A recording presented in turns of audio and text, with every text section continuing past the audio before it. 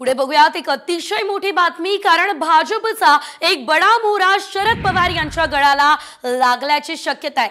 भाजपचे नेते मधुकरराव पिचड यांनी शरद पवार यांची अचानक भेट घेतली आहे। त्यांच्यासोबत मुलगा वैभव पिचड यांनी देखील शरद पवार यांची भेट घेतली।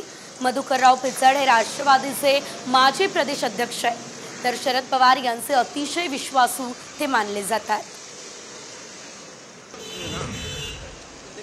बाकी अर्जुन पाटलाच्या बाबतीत बोललं गेलं होतं। आता काही ना काही कारणानिमित्त कोणी कोणी भेटतं, कुठे एखाद्या बैठकीत भेटतं, मीटिंगमध्ये भेटतं, तर त्याला काही त्याचा अर्थ असा काही की सगळे लोक तिकडे चाललेत का इकडे आलेत असा होत नाही। अनेक जण भेटतात। पुढे बघूयात एक अतिशय मोठी बातमी, कारण भाजपचा एक बडा मोहरा शरद पवार यांच्या गळाला लागल्याची शक्यता आहे। भाजपचे नेते मधुकरराव पिचड यांनी शरद पवार यांची अचानक भेट घेतली आहे। त्यांच्यासोबत मुलगा वैभव पिचड यांनी देखील शरद पवार यांची भेट घेतली। मधुकरराव पिचड हे राष्ट्रवादीचे माजी प्रदेश अध्यक्ष आहेत, तर शरद पवार यांचे अतिशय विश्वासू ते मानले जातात। बाकी अर्जुन पाटलाच्या बाबतीत बोललं गेलं होतं।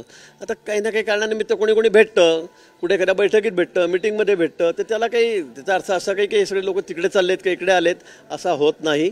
अनेक जण भेटतात।